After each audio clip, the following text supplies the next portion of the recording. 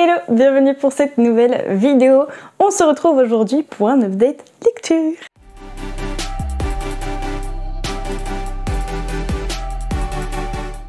Donc déjà, je crois que c'est genre le 1er janvier ou le 2 janvier. En tout cas, voilà, dans les premiers jours de l'année.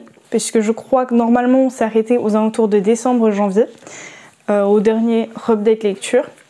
Première lecture entre guillemets de l'année terminée, puisque je l'avais commencé en décembre, c'est notre fabuleuse désastreuse Christmas Party de Emily Parizeau. Donc c'est une lecture globalement assez mitigée, j'ai mis 3 étoiles. J'ai trouvé qu'il y avait certaines scènes très memes, j'ai été assez happée par le côté party planner. J'ai beaucoup apprécié, je trouvais ça assez original que une romance de Noël parte dans cet angle-là de préparation de soirée de Noël. Ça c'est vraiment quelque chose que j'ai beaucoup apprécié. Et également le héros masculin, donc Sonny, je crois que c'est ça, Sonny, oui c'est ça, Sonny. J'ai beaucoup apprécié son personnage, il est très mimes déjà, plutôt solaire et vraiment il est différent de ce qu'on peut avoir l'habitude de lire. J'ai trouvé qu'il était assez proche de ses émotions, assez sensible. On nous parle de ses craintes et angoisses même, anxiété il me semble. Donc là-dessus j'ai trouvé ça très bien, ça change, ça montre qu'un homme peut aussi ressentir toutes ses émotions et les prendre en considération et que c'est ok.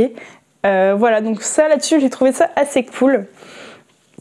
Par contre voilà, il y avait quelques petites incohérences, quelques petites facilités et puis j'ai eu plus de mal par contre avec l'héroïne qui pouvait être sous couvert de franchise, je dirais assez brutale. Surtout avec Sonny qui est absolument adorable. Franchement je l'ai trouvé parfois un peu trop cru avec les autres globalement. Et puis la fin se résout assez facilement, tout va un peu vite, donc voilà. Très mitigée sur celle-ci, même si y a de bons petits atouts. Ensuite j'ai terminé, puisque en plus je l'avais commencé en août, si mes souvenirs sont bons. J'ai terminé Twisted Love de Anna Ring, d'ailleurs je l'ai mis de côté parce que voilà. C'est pour ça que je ne l'ai pas là, papier. Mais du coup, je n'ai pas aimé.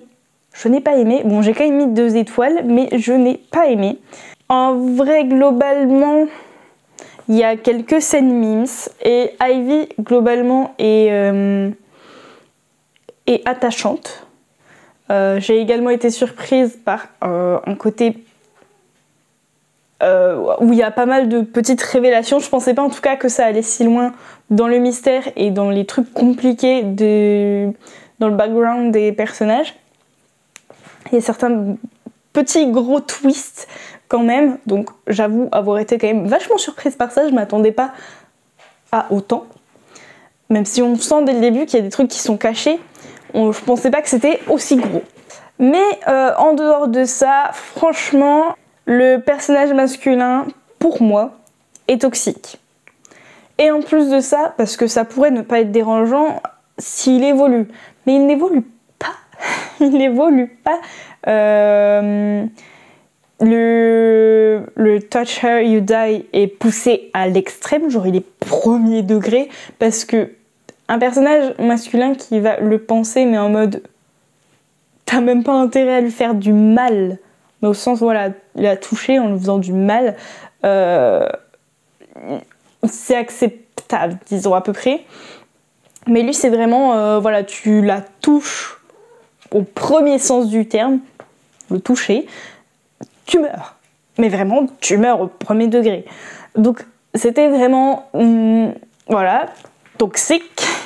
Il lui a caché beaucoup de choses, il me semble aussi.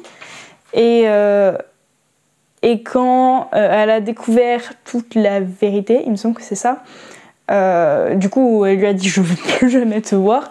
Et sa façon de la récupérer pareil, c'est très toxique, très insistant, très... Voilà, un peu stalker monsieur. Vraiment, il a insisté de fou. En fait, il lui a limite pas trop laissé le choix. Donc voilà. Et vraiment, il n'y a pas d'évolution du personnage masculin dans son rapport avec Ivy. Vraiment, zéro évolution.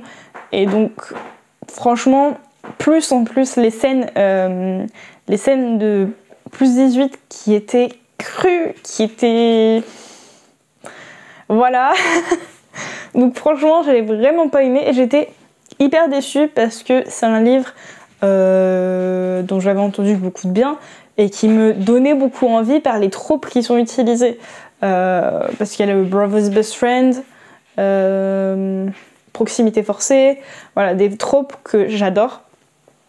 Mais franchement, ça n'a pas du tout matché et je ne sais pas si je lirai les tomes compagnons du coup. Ensuite, j'ai lu Campus Drivers 2.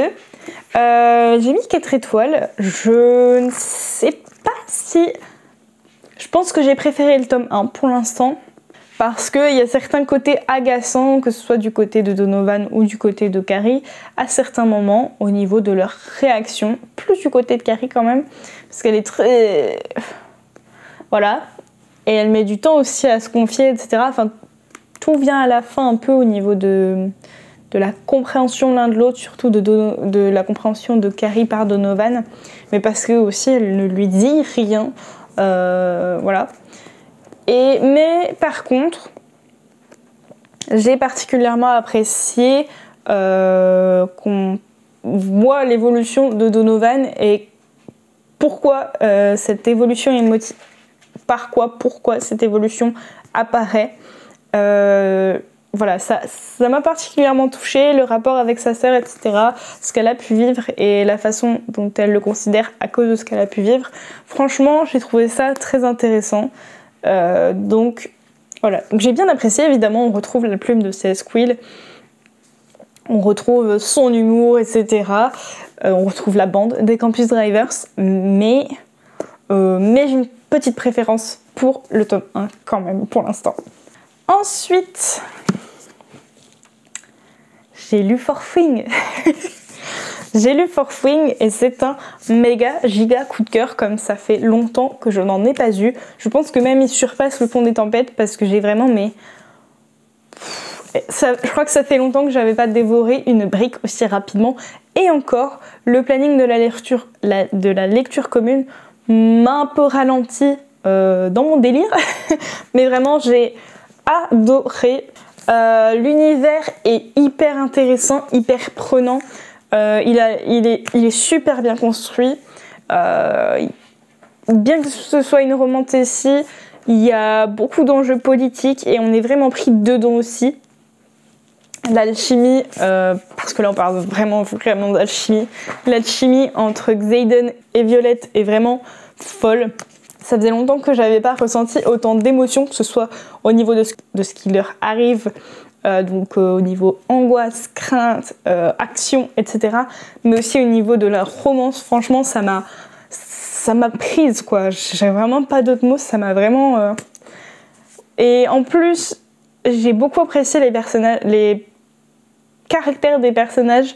Violette, malgré du coup sa condition assez fragile, elle a un mental de fou. Elle a un mental de fou, des valeurs vraiment ouf. J'ai pas beaucoup de mots pour décrire. Vraiment, par exemple, à un moment donné, ça va pas trop avec Xaden. Je sais pas si je retrouverai directement la quote. Oui, voilà. Je mérite plus qu'une relation qui se vive seulement à ses conditions. Voilà, c'est l'une des phrases qui m'a marquée dans ce roman. Parce que vraiment, j'étais en mode vas-y, go girl. Elle est incroyable. En plus, elle se retrouve dans un cadran où elle va être obligée, pour survivre, sans doute de tuer. Mais elle a une humanité qui est finalement admirable. Et voilà, tout est incroyable en fait dans ce livre et j'ai juste hâte de lire le tome 2. Et ensuite, donc, on passe plutôt sur les lectures en cours, puisqu'il y en a 2 qui sont que je n'ai pas encore terminées. 3, pardon. On a du coup, toujours depuis août, mais celui-ci il est mis en pause le temps du challenge Romantasy, le tome 4 d'Akotar, qui est à... J'ai avancé par contre à Kotar. Il est pas encore totalement bien avancé, il n'est pas encore fini, mais je crois que... Voilà, à Kotar je suis à 60%. Donc en vrai, voilà, j'ai quand même un peu avancé. Je vais finir par le terminer. Hein. Donc voilà, celui-là pour l'instant, il impose le temps du challenge Romantasy parce que je l'avais tellement avancé que je voulais pas l'utiliser pour le challenge Romantasy. Ce serait un peu de la triche. Ensuite, j'ai un pacte avec le roi elfe. Celui-là, je l'avais un tout petit peu commencé avant le challenge Romantasy, mais du coup, je l'ai fait compter. Et là, pareil, je suis à peu près, alors, un tout petit peu moins de la moitié. Voilà. Et ensuite... Le tout dernier commencé. Donc celui-là, je l'ai commencé pendant le challenge Romantasy. Je l'ai commencé en parallèle de Forthwing pour éviter de tout lire Forthwing d'un coup. Et de suivre du coup le planning de la lecture commune. Donc c'est Capturer la couronne de Jennifer Estep. Donc c'est le tome 1, La Reine des Gargouilles. Et j'ai déjà lu du coup, plus des 3/4. Je pense que d'ici la fin de semaine, il sera déjà terminé. De toute façon, vous verrez en vlog ce que ça donnera, mais je pense le terminer très très rapidement. Et donc, pour l'instant, j'apprécie pas mal. Il y a des défauts, surtout au niveau de la traduction. C'est pas un coup de cœur comme Forthwing, mais je suis pas mal dedans quand même. On peut pas lui retirer ça. Voilà du coup pour cette update lecture. Je suis contente sur ces du coup 2 premiers mois de l'année, j'ai pas mal lu. Ça faisait longtemps que j'avais pas autant lu, donc je suis plutôt contente, je suis plutôt satisfaite. Voilà du coup pour cette update lecture. N'hésitez pas à me dire quelles sont vos dernières lectures et quelles sont celles en cours. Et sur ce, je vous souhaite de très bonnes lectures et je vous dis à très bientôt pour une prochaine vidéo. Ciao!